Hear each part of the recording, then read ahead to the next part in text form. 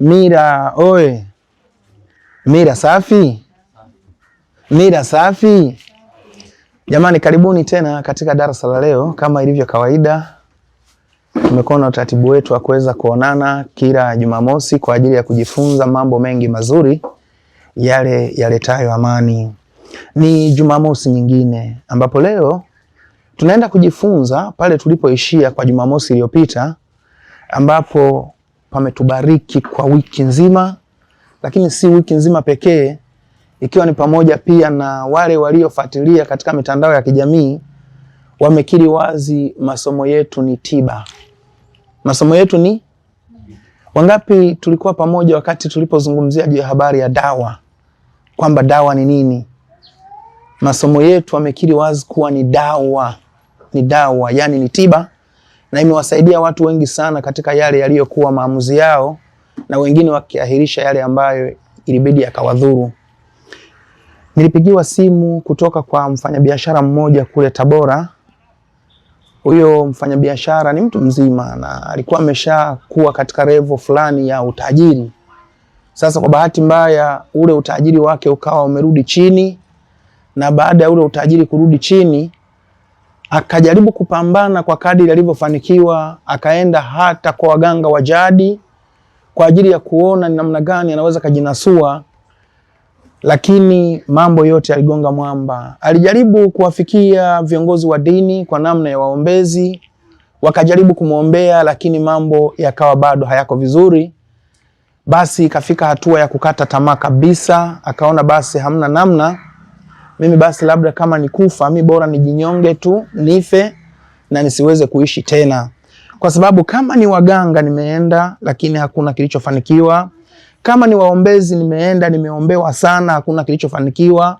Kama ni dua nimeenda, nimefanya sana visomo, nimekunywa makombe, lakini hakuna kilichofanikiwa. Basi akawa amepata last option. Mnafahamu maana ya last option? Yani option ya mwisho, kwamba kwa kuwa ninao watoto watatu na ninaona wazi kwamba uchumi wangu umeshuka chini, na ni kwa bahati mbaya kwamba nimejaribu kuangalia umeshuka kwa sababu gani, mpaka leo sijajua. Akawa amependekeza, maana mganga mmoja alimwambia achague mmoja kati ya mawili. Achague mmoja kati ya mawili. Mmoja aliambiwa na mganga wa jadi, hasa wale waganga ambao niliwaeleza wazi kwamba wamekuwa wakisaidia watu lakini katika mifumo ya kiajabu ajabu, kwamba unasaidiwa lakini katika hali ya kuteseka milele. Mnajua maana ya kusaidiwa na kuteseka milele? Yani unaingia kwenye mkataba kwamba tunahitaji ili ufanikiwe utupatie mtoto wako, ama ni mtoto wa kike ama ni mtoto wa kiume. Tunahitaji ili ufanikiwe, tunahitaji utupatie mama yako mzazi. Tunahitaji ili ufanikiwe, tunamhitaji baba yako mzazi. Tunahitaji ili ufanikiwe ujitoe kafara, uende huko kuku wanadonoa mahindi na ndio maisha yako. Tunahitaji ili ufanikiwe, tunahitaji tukuozeshe mwili. Sasa yeye katika hayo yote alipewa option, na option aliyokuwa amepewa walimwambia kwamba ili ufanikiwe tunaondoa nyeti yako, utakuwa hauna kabisa, na ukishakuwa hauna utajiri utakuja mzuri kabisa, ila swala linaloita uzao hutaweza tena, swala linaloita tendo la ndoa hautaweza tena. Akaishi nalo kwa muda mrefu akiwa anaendelea kutafakari. Wakati ulipofika akaamua basi ni heri ajinyonge, ni heri. Lakini baadaye alipokaa chini akajiuliza, hivi sasa nikijinyonga sinakuwa nimekufa? Kule waliniambia watoto, nimekataa, maana ana watoto watatu. Wameniambia mzazi wa kike, nimekataa. Sasa heri basi nijisacrifice, nijitoe muhanga, niende niruhusu nyeti yangu iondoke, mimi sina uwezo tena wa kuzalisha, sina uwezo wa kufanya tendo la ndoa, ila nirudi kwenye utajiri wangu. Alipokuwa amefanya hayo maamuzi akapata bahati. Semeni bahati. Akapata bahati. Akakutana na video yangu katika mitandao ya kijamii. Maana ni wazi nimekuwa nikifundisha ukweli wa kuishi. Unajua kuna baadhi ya watu wanateseka kwa sababu hawana ukweli katika maisha yao. Ila kila mmoja angejitahidi akapata ukweli katika kuishi kwake, hakuna mtu angeteseka kwenye haya maisha. Siku zote nimekuwa nikiwaambia kwamba maisha haya ni zawadi. na kufanikiwa katika maisha ni bahati. Sasa bahati kama iko upande wako unajinyonga. Na ukishaona hujabahatika, yapo maelekezo. Na ndio maana nimekuwa nikielezea juu ya habari ya dawa zetu zenye uwezo usio wa kawaida katika mafanikio. Ikiwemo hiyo samba na mvuto kwa ajili ya mvuto, wito na bahati. Maana tumeeleza kufanikiwa katika maisha ni nini? Zawadi. Kufanikiwa katika maisha ni bahati. Ili ufanikiwe lazima bahati zako zikamilike, ili mipango yote inayofanywa ikufae kuweza kufanikiwa.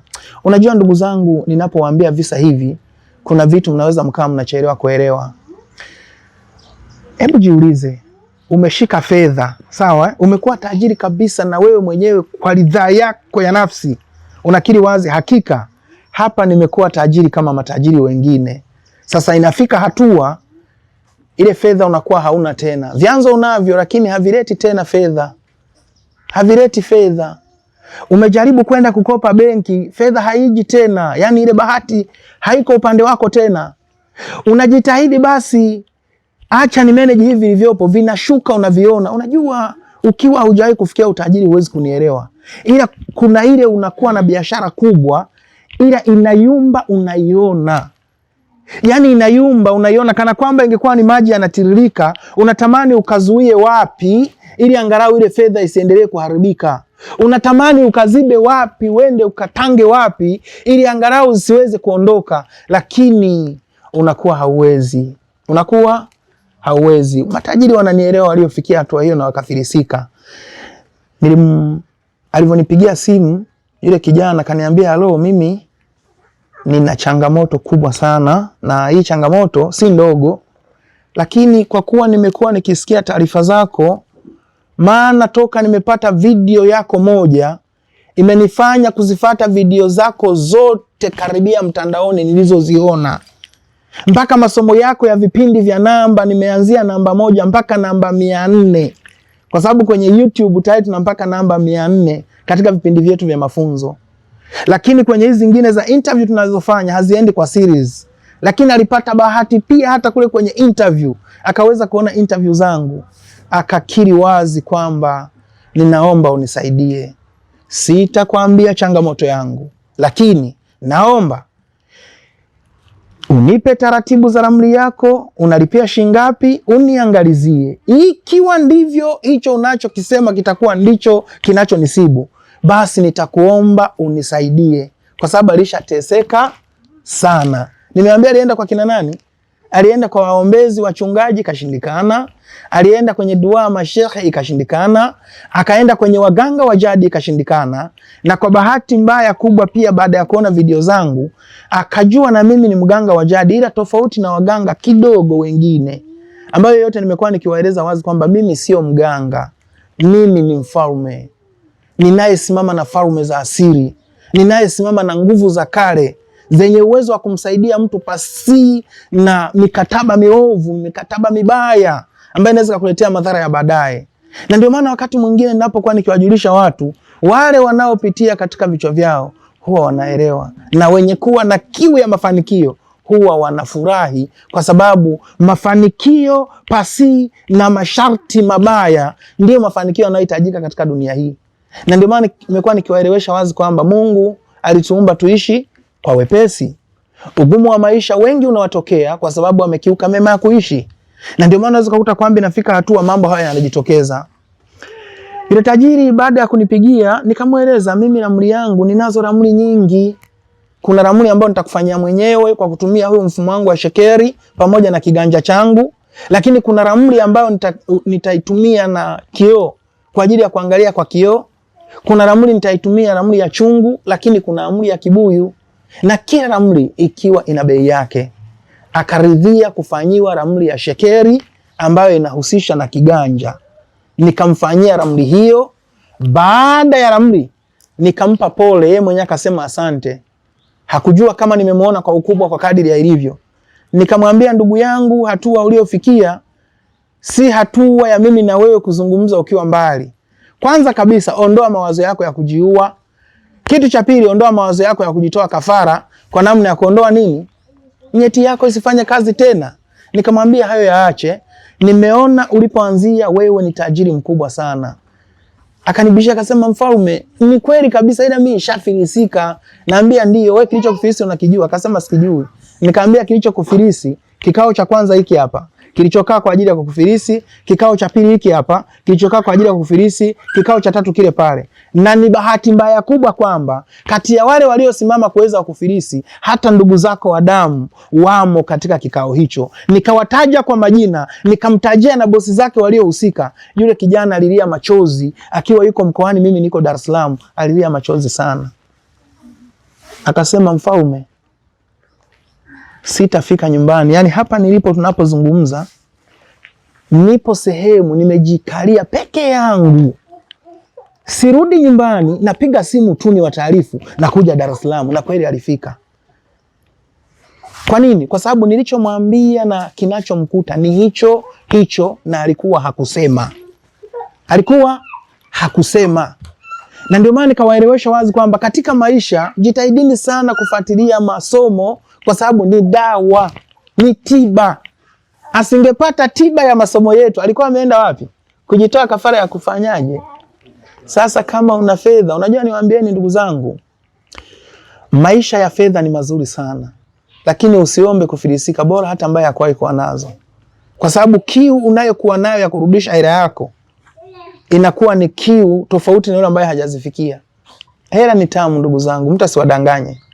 Na ni bahati kubwa kwamba baada ya kufika ofisini kwangu akaniambia, mfalme, isingekuwa wewe, mimi nilikuwa sasa naenda kuwa mhandisi kama mahandisi wengine. Kwa sababu nilikuwa nishakata shauri, sasa naenda ili nifanye hivyo tu, ili niendelee tu kuishi vizuri katika kuishi kwangu. Nikamwambia pole sana, ya Mungu yanayosimamia yamekufaa na yamekusimamia vema, ndiyo maana tumeweza kuonana. Lakini kuondoe wasiwasi na mashaka. Jambo lako la mafanikio, utafanikiwa tena kwa wepesi, na utarudi kwenye level yako na utazidi.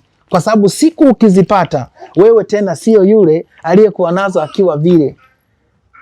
Si kama naeleweka? Kwa sababu unaweza kupata fedha. Nimeeleza maisha ni nini? Kufanikiwa katika maisha ni nini? Ni bahati. Kufanikiwa katika maisha ni bahati. Sasa bahati zikikuijia wakati haujajua hustling, msoto, unaweza kaona poa tu. Wewe unadharau tu hata wasiokuwa na kitu. Kumbe hujui wanachokipitia. Na ndio maana matajiri wengi waliopata fedha akafilisika, akarudi kwenye show, sio wa kawaida. Ndio wale anatoa vitu kwa watoto yatima, ndio wale anaenda kusaidia wahitaji, ndio wale anajikuta anapata huruma. Mtu akiwa na njaa, anaijua njaa. Na ndio maana waliozaliwa wakapata urithi wa utajiri, wengi ndio wale wanalinga tu barabarani, ananunua magari mazuri, ananunua ma V8, ananunua vigari vizuri vizuri, ma BMW, sio ananunua ma Volkswagen 1320 Beetle, ananunua magari makubwa makubwa. Hao kagari nimekaleta, ndio maana nimekatamka, kana gharama. Kwa hiyo wananunua magari makubwa makubwa na hawajali tena watu wengine. Hiyo yote ni kwa sababu gani? Ni kwa sababu wao walibahatika pasi kupitia msoto, na hajawahi kuona msoto. Kwa hiyo wanahisi maskini ni wajinga, wanahisi maskini hawana akili. Lakini kumbe swala la umaskini lina jambo lingine la ziada nje na ufahamu. Kwa sababu utajiri, mafanikio, tumesema maisha ni zawadi. Kufanikiwa katika maisha ni bahati. Sasa wale bahati haijawa upande wao, na yumkini bahati haijawa upande wao kwa sababu ya matendo walioyafanya, kama nilivyoeleza kwamba Mungu alituumba tuishi kwa wepesi, na ugumu wa maisha wengi unawafikia kwa sababu wamekiuka mema ya kuishi.